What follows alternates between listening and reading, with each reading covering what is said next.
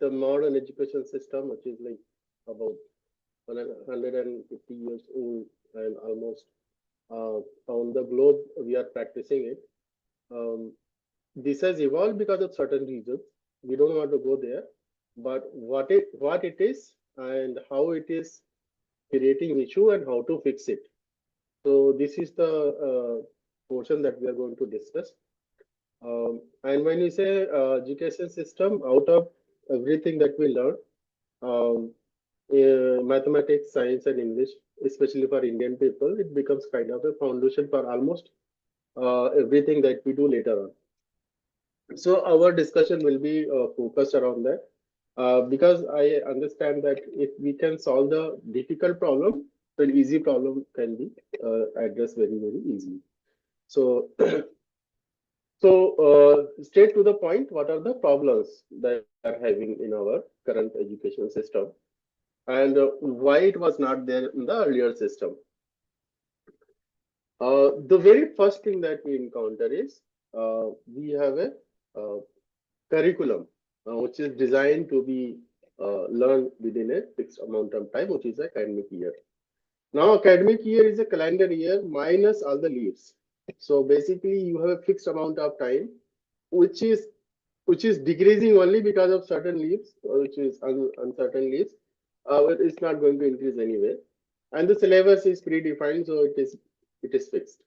So basically, each and every student is expected to learn a prescribed syllabus in a fixed amount of time. And the learning, the journey, like we have books, we have teacher, we have lecture, we have to make notes, and then we have exercises, homework, and some test, some half-yearly exam, and final exam.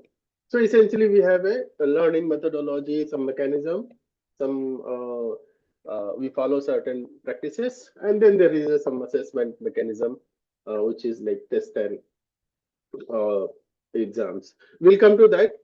This assessment is how this assessment mechanism is actually shifting from the actual purpose to something else, and how to fix that as well. So why it is a problem?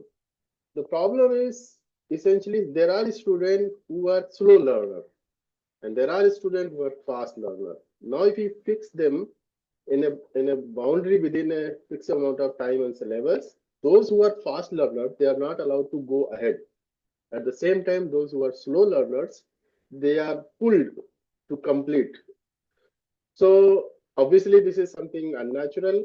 Not everyone can be forced to fit in the system, which is basically natural behavior. Learning is a natural behavior. Sometimes it is slow, sometimes it is fast, and there are so many factors affecting our learning, including health, our family background, social background, and a lot of things that is happening on a daily basis. So many factors are affecting, but the system is immune to sense all those changes. It simply follows that. So, so what happens essentially is those who want to move fast, they can do a lot of things within a same amount of time. The system is not amenable to allow them. At the same time, those who are like very, very slow, they need more time. They require a lot of help to understand what is the concept, what is the uh, methodology, and what is the text written, what is the meaning, and so on. Clear out those things. They require a lot of help, but there is no such help available for many such students. So in a way, like those who are fitting, those are one in the middle, average. With lesser help, they can manage with the average speed they are flowing. Actually, this system is good for them. For those boundary cases, obviously, the system is not flexible enough to accommodate. So what we do really is to manage that. I've just listed some Indian boards that we are having, like we have CBSE, we have ICSC, we have NIOS, and then a lot of state boards. I'm not listing all of them, but you will see like we have lower down the percentage of passing to 33, in some cases 33, 35.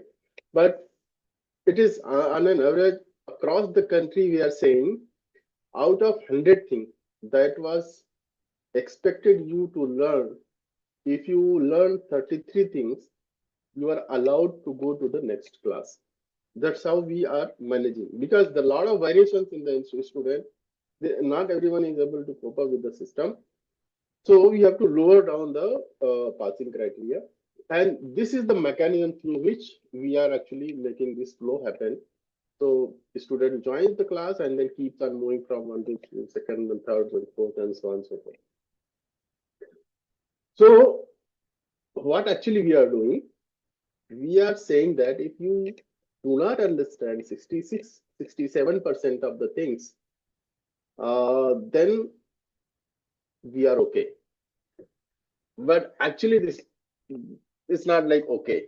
There are problems which is actually associated with this arrangement. Passing a student with 33% and then allowing someone who is just understanding 33% and not understanding 67% to the next class is it actually creates problem. So the problem is those people, experts who are actually writing the books for us, for the students, they are making syllabus. What is their basic assumption? Whether it is based upon this 3367 division, or they think something else.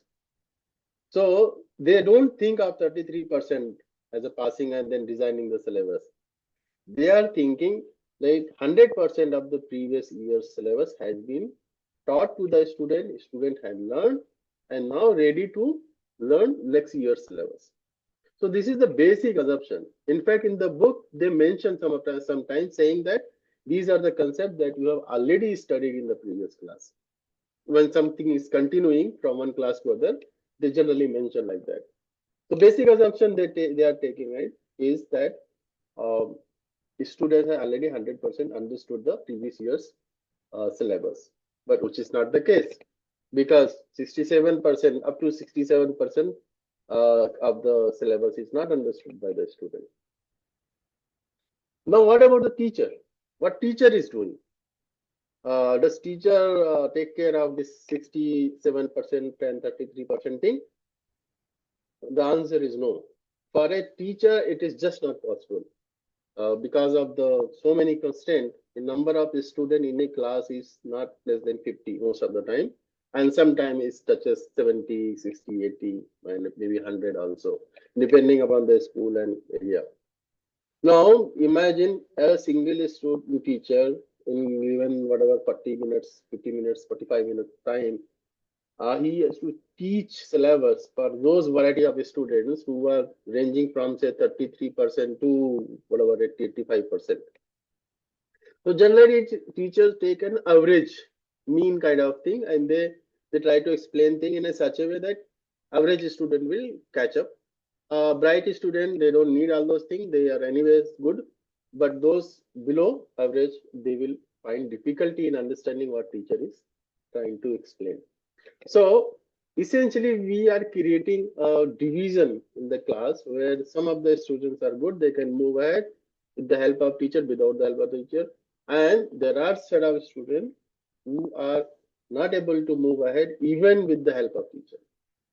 They need more assistance, they need more guidance, they need more one-on-one kind of assistance, and that's where I think this personal tuition and those things, they actually come to rescue. And then there are associated side effects of that. So this is what is actually happening in the system. Now, with this arrangement, uh, obviously many students do not master and sometimes mug the subject and pass, because the passing criteria is just 33%, and then get promoted. So many students actually take this route. So it's like if you try to create an analogy with the building, it's like you are making a second floor without completing the first floor. And then you keep on doing that, third floor, fourth floor, fifth floor, sixth floor, seventh and eighth, and so on. Obviously, at some point, this building is not going to withstand and it is going to collapse, because your foundation and then middle things are not as strong as it should be to hold the load of the higher level floors. So this is kind of an analogy to understand this current system, why many students they create disinterest and then eventually they uh, turn into a dropouts. If there is no parallel assistance given in terms of tuition, in terms of personal care from the parent side, and so on and so forth. So generally, it is seen like this is a T20 thing. Only 20% of the students in the class, they are going to go ahead, and then rest of the students, they will just divert. Even if they get degree, they will not take education as their central life goal. I mean, their thought process will not be around the education. Their thought process will move away from the education. They will think in terms of business, in terms of other things, but they will move away from the education. And that's why this overall shift from the mindset going for a higher education and doing uh, fundamental research, solving big problems, that has actually moved from the focus to something else like survival, making money, and getting name, fame in some other way. So that's how this shift of the thought process happened. The root actually lies somewhere in our educational system and the way it is happening. So that's what it actually happens. They start losing interest in subjects, starting obviously from mathematics, and then eventually they leave mathematics and they go for science, other subject, and then sometimes they find the science subject like physics and chemistry very difficult. Then they move to arts and then literature and so on. And ultimately they find that okay, it's not working. They will leave the education itself somewhere and then try something else in their life. So this is, in my understanding, this is the mechanism of how dropouts happens. And now we have understood like what is the problem and why it is happening. Apart from other factors, I am not touching other factors other than the core educational system. There may be other factors also. But if we solve the core, then we can actually shift the percentage from 20 to maybe 40% and so, if not 100%. So, any question at this point we can tackle, and then we'll go towards the solutioning of the this particular problem.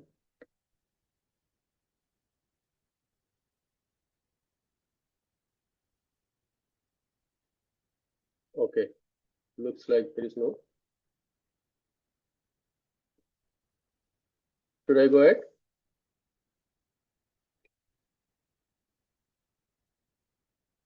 Okay, let's do one thing. How many of you follow what I said, and how many of you agree? Just say yes.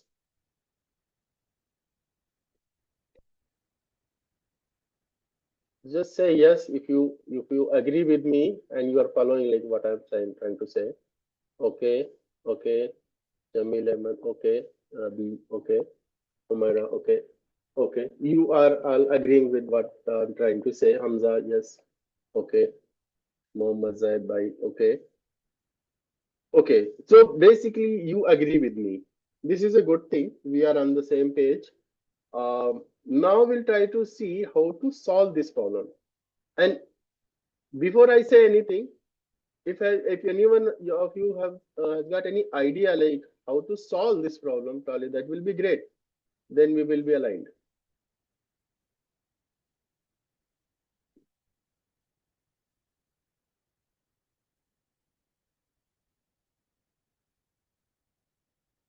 Okay, so let me go ahead.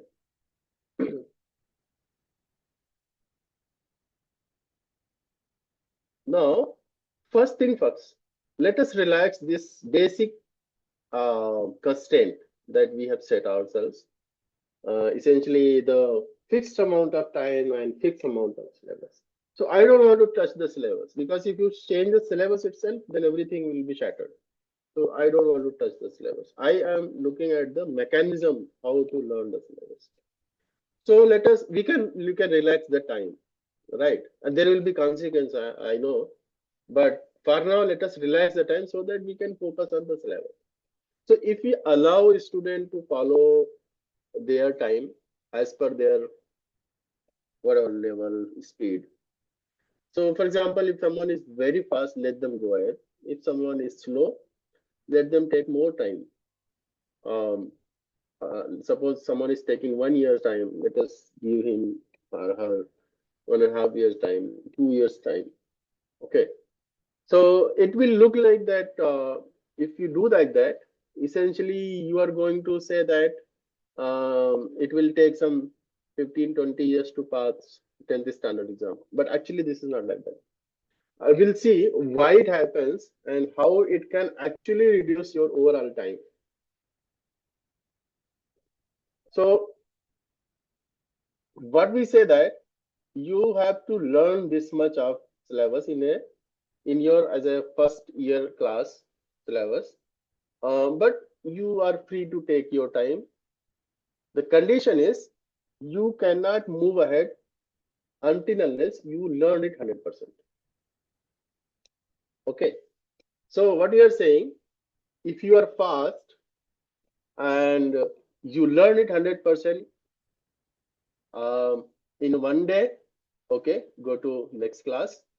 And if you are slow, you need help, we will help you, and we will help you understand the subject. We will help you understand the concept. Take your time until unless you are comfortable enough. Then you have to complete 100%. So now the 100% criteria remains the fix. It is not changing. What is changing is time. So more focus towards slow learner, more help to the slow learner, and lesser help because they don't need the fast learners. And the criteria for both the slow and fast is same, meaning they have to complete 100% before uh, going to the next class. So each student is supposed to score 100 out of 100. Okay. And those who are able to come do this, let them go to the next class. Those who are not, help them. So this is one first hand criteria where we are saying learn 100% before going to the next class. Now,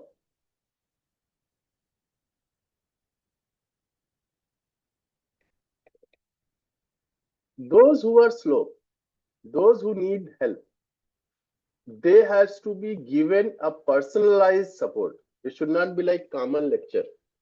You learn it, make a note, go home, mark the note, come back, show the assignment. Not like that. Uh, each and every student is unique.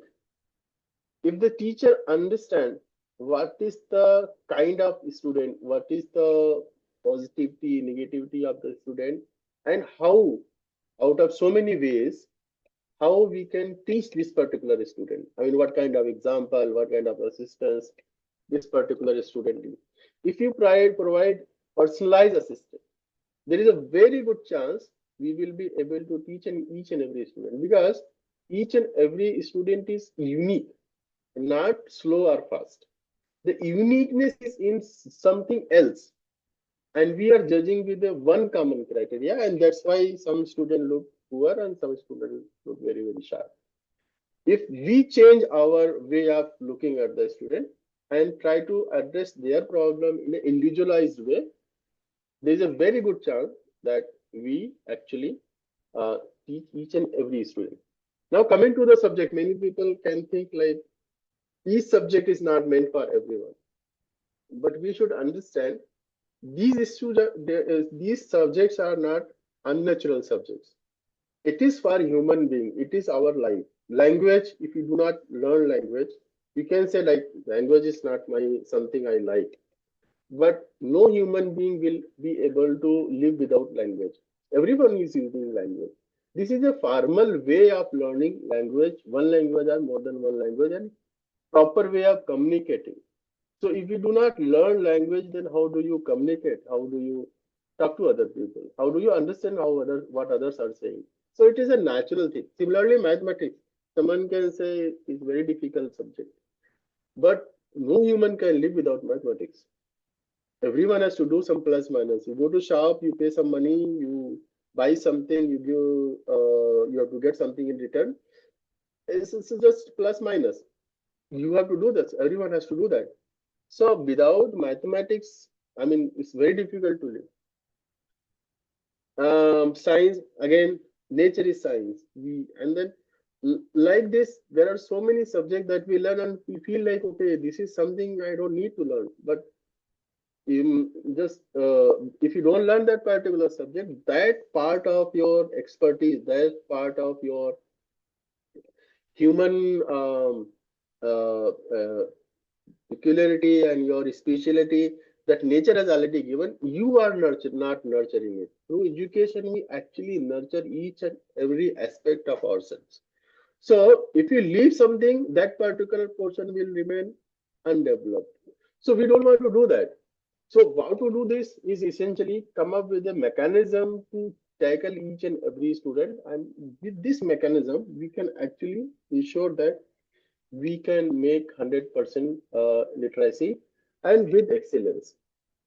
So the example here I'm saying is, do not allow to go to next class before without scoring 100%. Means you lay a very solid foundation and then you build your skyscraper, meaning you build your floors in such a way that each and every floor is complete, solid, and having full strength, so that you can build number of floors on top of each other.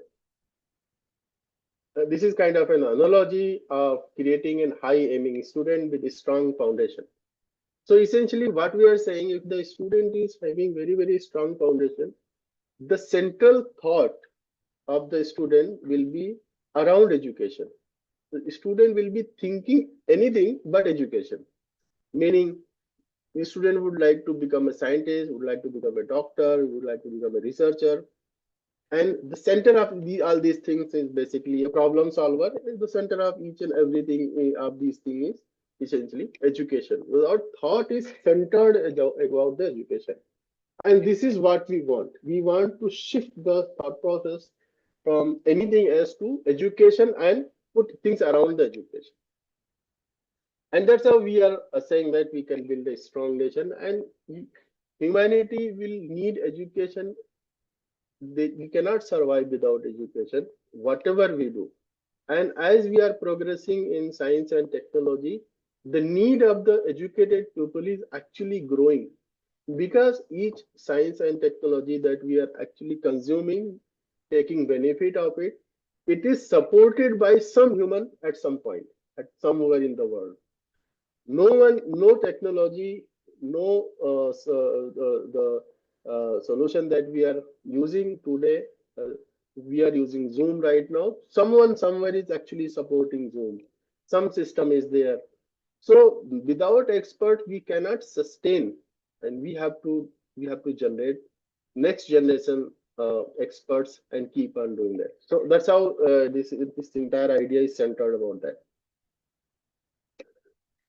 So do we follow? Are we on the same page? What I'm trying to say? Again, like thumbs up, yes. Okay, great.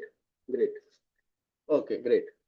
So now coming to how we do it, and how we can work together. You can take the idea and we can discuss. I've already shared my number. I can put it again if someone will join later. Uh, and I can add one disclaimer here. See, everything is moving, everything is evolving. We have reached to some level, but it's not like we have reached to the last level. We can always learn new thing and then add and improve what we are doing. So how do we do that?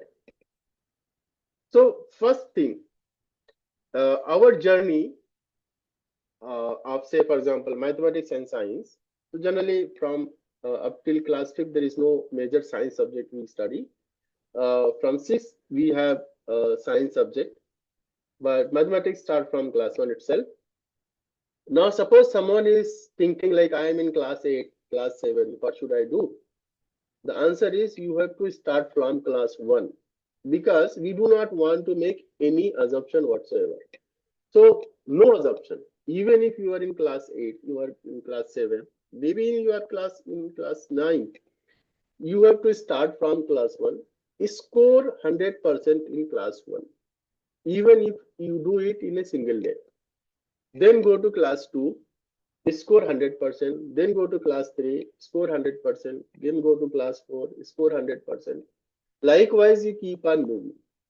You will realize very soon that you are struggling in class, say, 5th, some fraction problem, some addition of fraction, those kind of things. You start struggling in class 4th and 5th. And then when class 6th comes, a lot of new concepts actually pops up.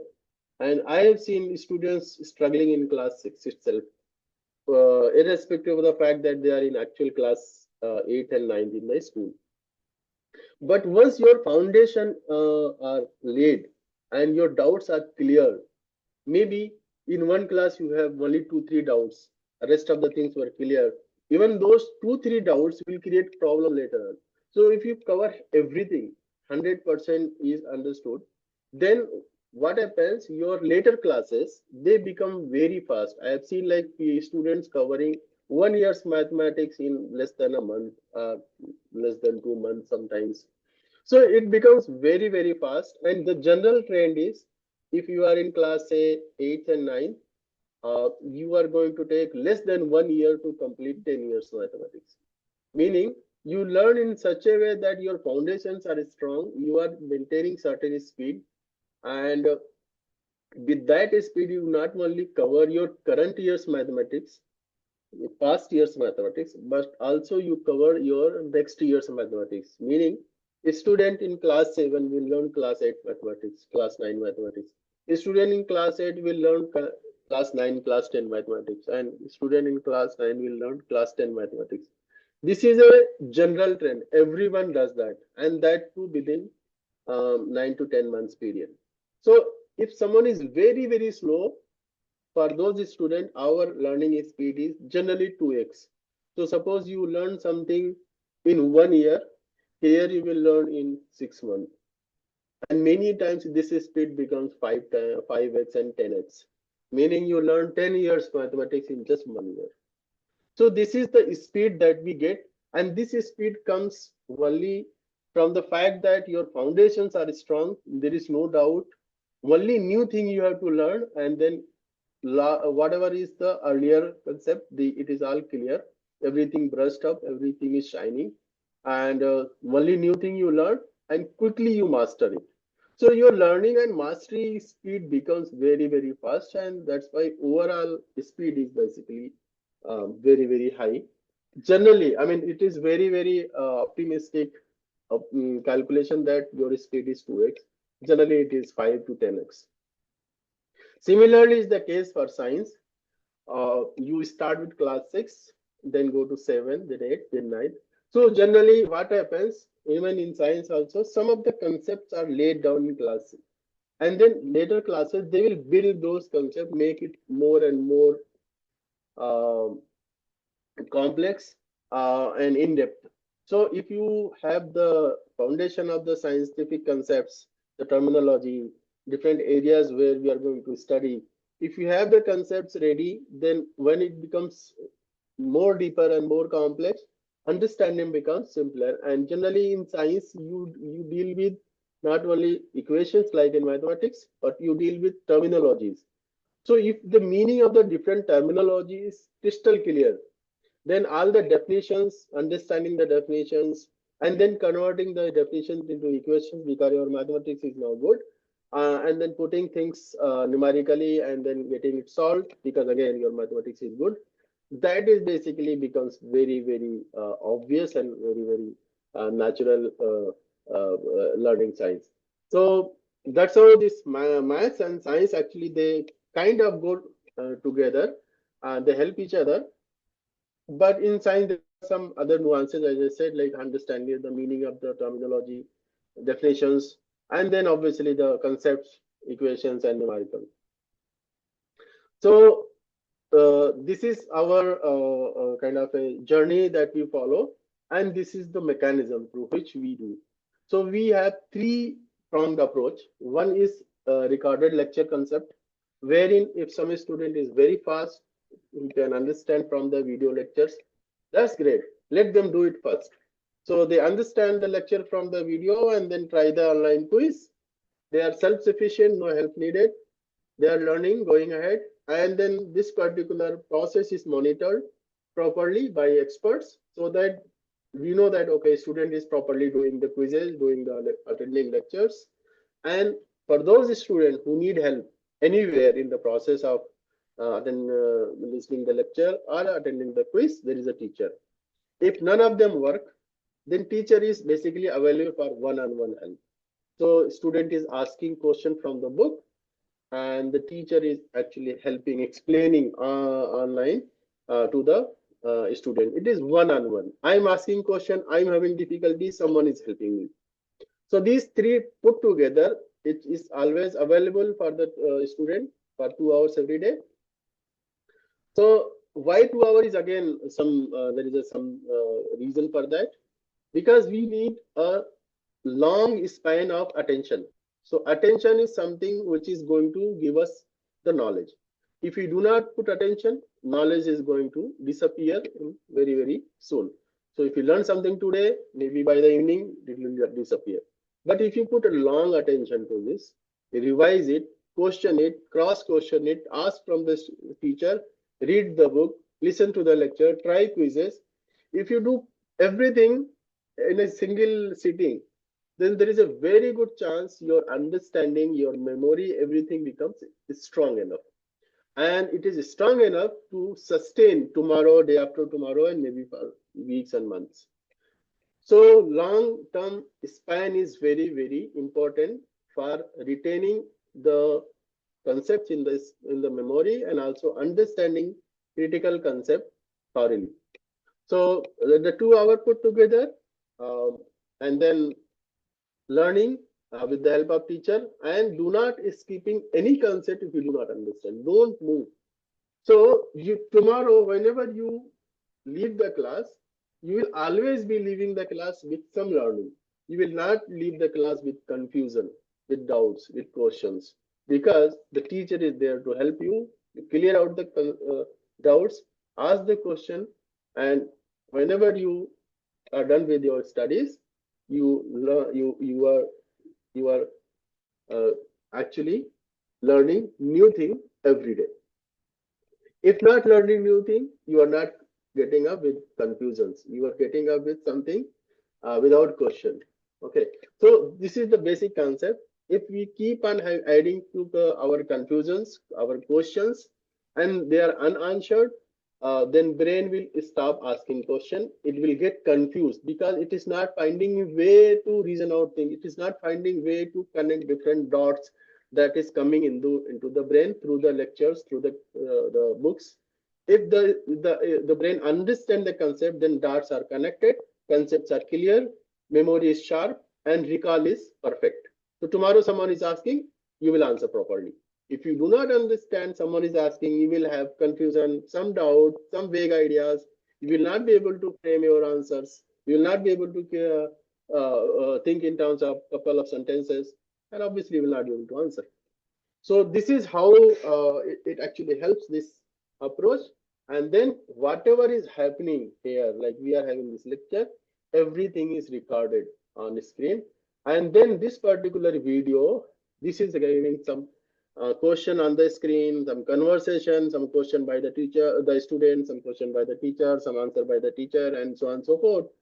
Everything is captured in the video, and this particular video is captured, is processed after the lecture, and the conversation is extracted. Whatever was shown on the screen is extracted, and then based upon that, analysis is done to understand if the teacher was doing proper questioning, answering, if the all the students were asking question, if there are some students who never ask question.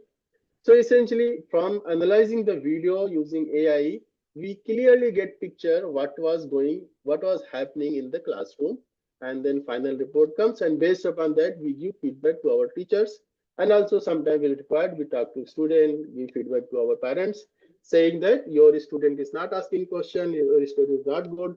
Someone need to be around the student so that the student is not distracting from the classes and so on and so forth.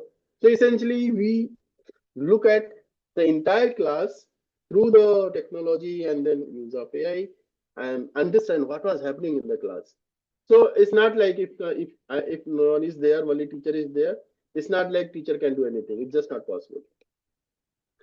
Now, whatever was happening in terms of quizzes, in terms of progress, classes, and so on, that is converted into a kind of a report and shared with the guardian so that guardian understands, knows like what is happening with the student, whether the progress is good, not good, from the last time to this time, what was the progress made by the student and so on. That is updated to the guardian. So essentially, guardian knows what is happening. The system knows what was happening in the classroom. The student knows what he is learning. Teacher knows what he is teaching. Everyone knows. And somewhere, if someone is making any mistake by some reason, then that is pointed out so that they can correct themselves later on. So this is the overall system. This is how it works. And these are the 4 things that we do to kind of quality control kind of thing. This is course completion test. So someone says, okay, I have completed 100%. But how do you know that you have actually completed until unless you give me a test which is like an exam, a school exam with full length paper, all the topics are covered and so on. So that is course completion test. So generally we have course completion test every month. So if someone has completed class 6 today, then this month they will appear in the class 6 exam and so on. Then progress report, what is the daily progress happening, that report. Then based upon the progress report, we give recommendation for the revision, like some topics are missing out, something is weak, you focus on them and so on. And then when the particular course is completed with good mark in the final test and so on, the course completion certificate is provided. This is kind of saying that, okay, you learned a relearned thing, and now we say that your learning was good. So this is for maths and science, and now coming to English. So what we do in English is we are saying that you are going to learn language, and language is the manifestation of human expressions of what he is seeing around it. So what is there around me, I need to tell it to someone, I need to feel it. What is that language? What is that medium? That medium is the language. Now this language can be any language. It can be Urdu, Hindi, Kannada, Marathi, English, whatever. But to express in a certain language of my feeling to someone else, we need to have a 2 things. One, how this particular word, the sentence or the grammar, they connect to the real word, and how they need to be put when that particular real world thing happens. So something is happening in the real world, I am looking at it, and I need to tell someone that this is what is happening using certain word, some grammar, and some sentence structure. So this is the language. So the first thing first, 360-degree. So if I am learning some language, I need to learn 360-degree, meaning whatever concepts I understand as a human being, I need to learn English of that. So we cover about 30 different topics, which is covering your home, your relation, your emotions, your families, school, market, your court, your hospital, you are on road, you are doing some research, you are in technology, you are in some factory, about 30 plus topics we have captured. They generally almost cover almost 360 degree of any human thought process, history, human thought process. So basically now we know like, okay, I need to cover these 30 topics. Now for each topic, what are the major terminology that is generally used? So now we are on the words. So we capture words for those particular topic, about 2,500 words we capture, and then using those words we have to make common sentences for that particular topic. So about 2,000 sentences we create for different topics put together, and then these words and sentences are given them as an example. So once you introduce the concept, then words, what is the meaning of them, and then the sentences, if something is happening, how do you say this in English, and then practice, a lot of practice of those words. Once you understand, keep start making sense of the sentence and what is going on, then you understand underlying concepts of the grammar, the tense.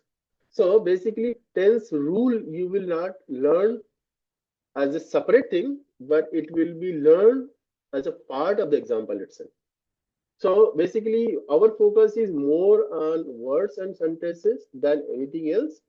Now, since grammar and tenses are important, they help in fixing some of the errors that we make, but that has to be done with the help of examples. So, a lot of examples and then rules put together.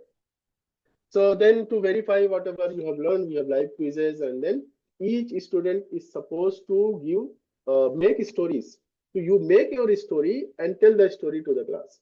So you think of something happening, you convert that happening into words, make a paragraph, a couple of paragraphs, and think in terms of a story, like you introduce something, go to climax, and then come to the final learning or whatever. So like any story format is there, you follow that particular story format and tell the story. It turns out that anyone who is a very good communicator is actually a very good storyteller. So if we learn how to tell stories, we will be a very good communicator, and that is the purpose of the language, making someone very good in communication in that particular language. So this is what we do in terms of English. And then summing put things together, we have about 250 plus students. About lot of students, they have scored 95 plus in past few 10th board exam in CBSE, and then we have a couple of schools working with us. Then we have a lot of students who have come participated in Olympiads. They got good ranks, and number of students are school toppers, class 6, 7 standards. Many of those students are school toppers.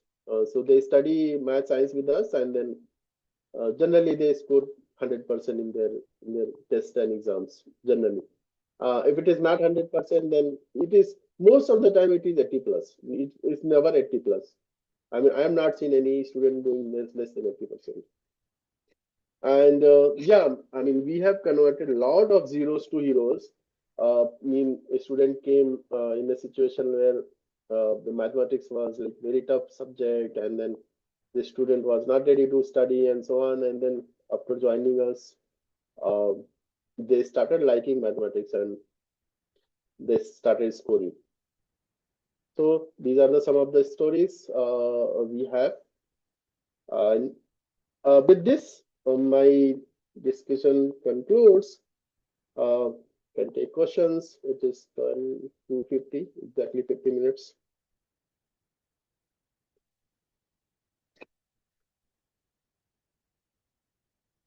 So now floor is open for questions.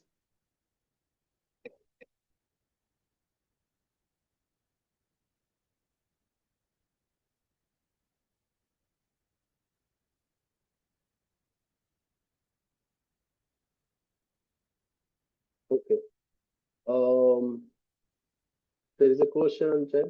What level of education is worth doing, and does higher education like PG will only be valued and worth pursuing in the AI world and suffice because blue collar work will be required but does not require it?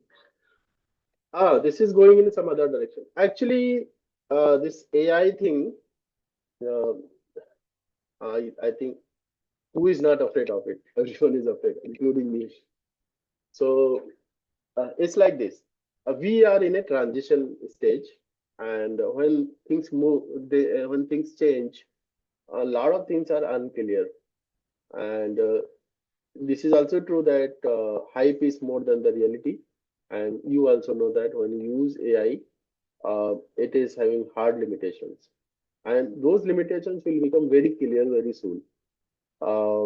Yeah, AI people are trying to push those limitations, and they are making a lot of buzzwords. But reality is a reality. It will come. It takes time, but it will come. AI is not going to replace human. Many times it is proven. It is going to work as an assistant to us. So basically, we had assistants in the past. Computer is also one of the assistants. It does so many things which as a human we could not do, and it speeds up a lot of things that as a human we were not able to do. So obviously, it is going to help us increase the speed, but it is not going to replace human. This is my thought process. So that's why education, understanding the world in which we are living, math, science, and other subjects, all of them are going to be there, and without them, we cannot manage. It is just not possible. If you do not study, you will lose the idea. You will not be able to communicate. You will lose that skill of writing articles and so on and so forth. I mean, which is kind of human. Language is human, right? No other animal will be using language like human are using. And many things that we do is actually because of the language. So if you lose learning, we are going to lose very nature of human, which is not possible. It will keep on happening.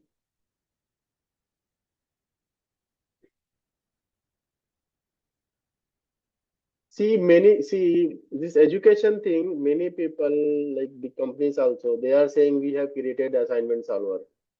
I mean, they are directly hitting the very purpose of education, very purpose of assignment. It is for learning. It is not a burden, but they are giving it, and students are using it, which should not be the case. And you will know that in Australia, I think 1 or 2 weeks back, they have banned social media in Australia because they are seeing there is a bad effect, and I think it will come. They have to be regulated. See, our education content, educational content, and school content is so much prevalent everywhere that AI has learned it. And if you ask any question, it will be mostly correct only. But that is not the case all the time. If you ask any corporate related question or some higher degree question, the subject where a lot of IT related content is not there.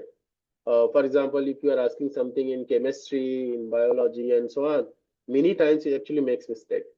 So, and that's what you can see like Gemini, it always says, do not rely on this. If this is AI generated content, do not rely on this, check it. So these people, they understand there is a problem associated with, but some of the people say like you just insert your assignment, we will give you the solution. But I don't think that is the reality, and it is spoiling our the students. But not everyone is doing that. Many students actually do study. They do things by hand. Yeah, threat is there. I agree, but we have to learn to how to manage with the threat. Yeah, I mean, correct way is quite difficult to answer because you know when technology comes into picture, science comes into picture, you will always see there are three component to this. One, those people who are promoting technology. Then second is society, how we are taking that particular technology. And third is the government, how they are regulating it, how they are minimizing the bad effects of it. So in this case also, you'd have seen like people are now asking society awareness part is there, but they are asking government to intervene, come up with some regulatory things so that we can minimize the damaging effect and also optimize the good effects. So I mean, and as I said, we are in a transition, so a lot of things are just not clear. Okay, anything else?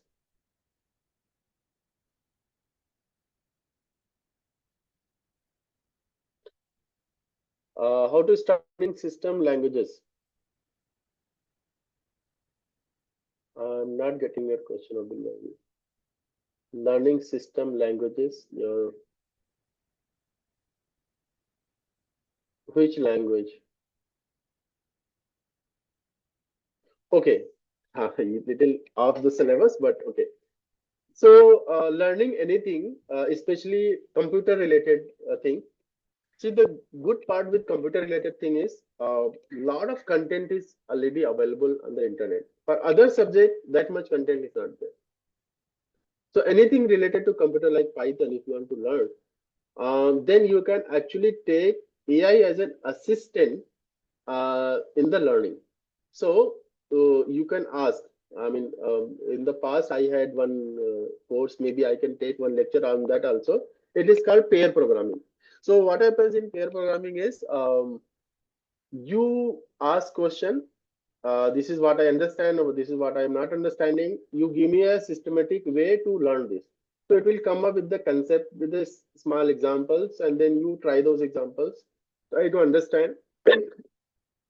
If you don't understand, then ask question, saying that explain it to me. So it's like you are sitting with one friend who is knowing much better than you, and then you two are working together, and you are learning, and the other friend is actually helping you.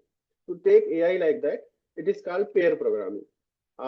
Through that mechanism, I have demonstrated that you can actually learn Python within a week, and many students actually done that.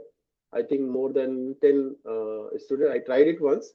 10 students were able to learn Python within 10 days.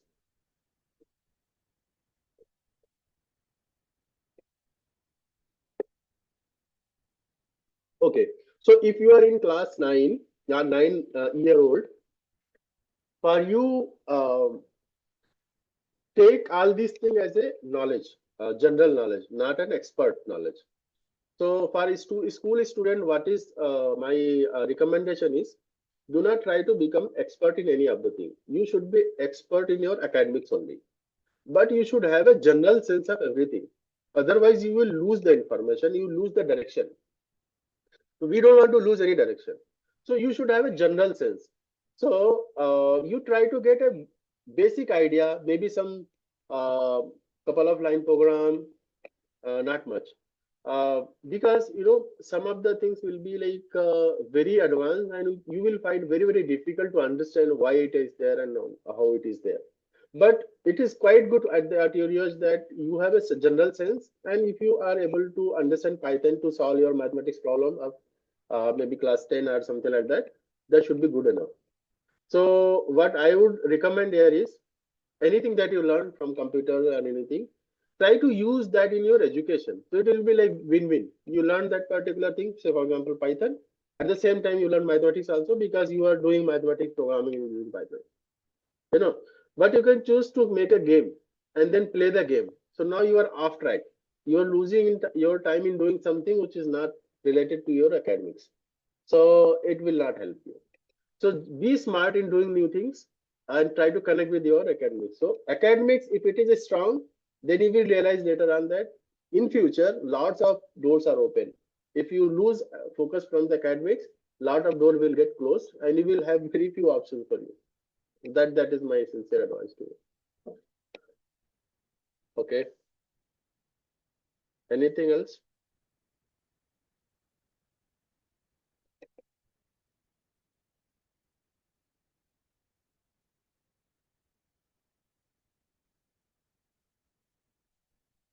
Okay. So looks like there is no more question. There is exactly three.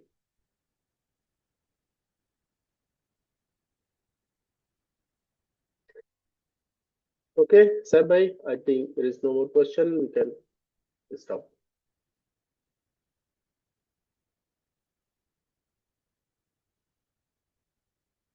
You can unmute yourself and ask question if you want.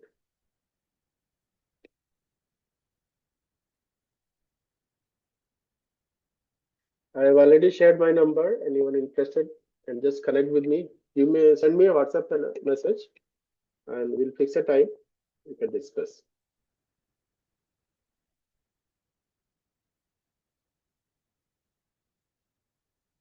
Okay, how do I use Python Academy? Okay, so if you are in school, probably you will not find it very, very useful. However, many things that we learn, like algebra, quadratic equations, you can actually write code in Python and see like how it looks like.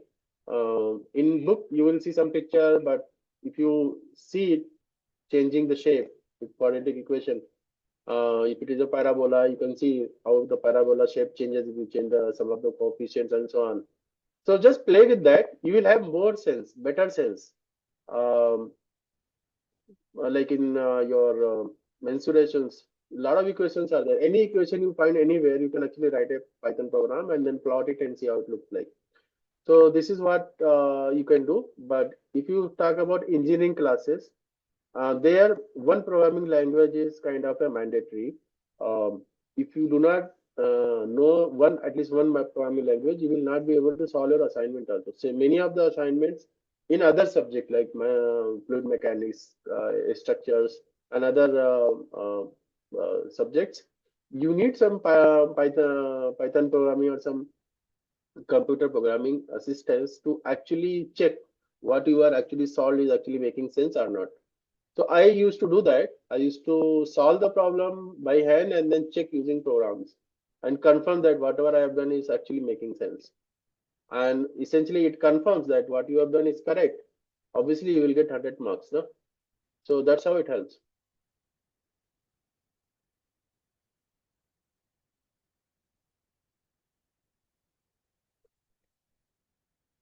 Uh, yeah. So anything that we explain is a knowledge. So you can take completely part of it. One who want to take it off the shelf. Many people they do not do. They are not in the capacity of doing things. They want something ready made. So it is for each kind of people. I have shared everything what I do. So if you want to take it, learn it from it, and then practice it, you can do it free. But if you want to take my help, you can take my help. So everything.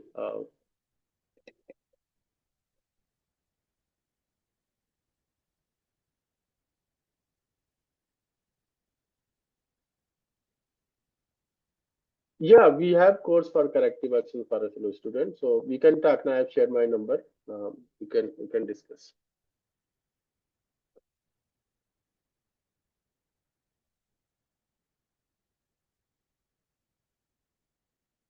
No, no, just call me. I have shared my number. Uh, we can share. We can send you the link. Okay, how to increase memory power? Um, yeah, I've taken one session. I think in this forum only. How to learn new things. So it was completely dedicated to the methodology of learning, how to increase your memory, what are the factors that add to the memory, what are the factors that actually deteriorate your memory, those kind of things we have discussed in detail. Maybe we can take it also once more.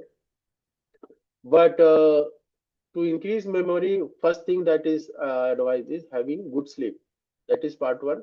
Second, whenever you learn things, learn with focus. Whenever you are listening something, listen with focus. This half learning, half focus, actually it creates more confusion than actually learning things. So try to understand exactly what it is before moving to the next one. So if you have this practice, you will see that your understanding of the things increases, learning speed increases, and if you have better sleep and some kind of a revision and writing mechanism. So it is also seen that if you write something and listen something and read something, so basically these three put together, it actually strengthens your memory to a great extent. And that's why you'll see like audio, visual, and writing is our medium of learning. So many places you will see uh, teacher, they obviously audio and visual they give, and then writing we are asked to use notebooks. But in your practice also you can use that. So the good sleep, audio visuals, and then writing.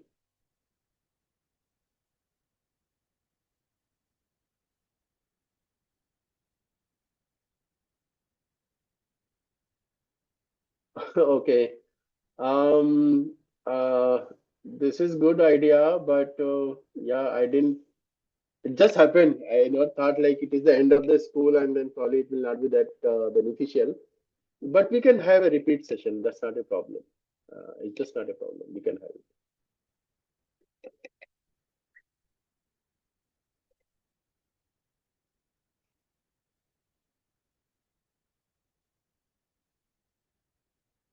Okay.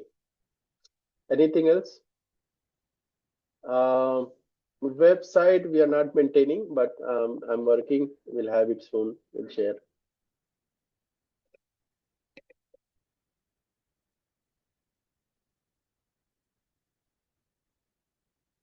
Okay. Should we? Is there any other question you can take, or else we can stop?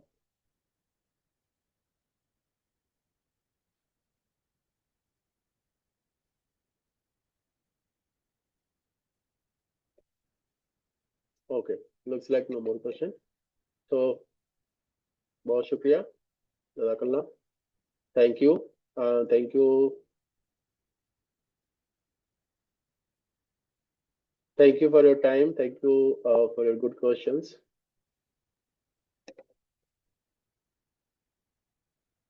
Assalamu alaikum.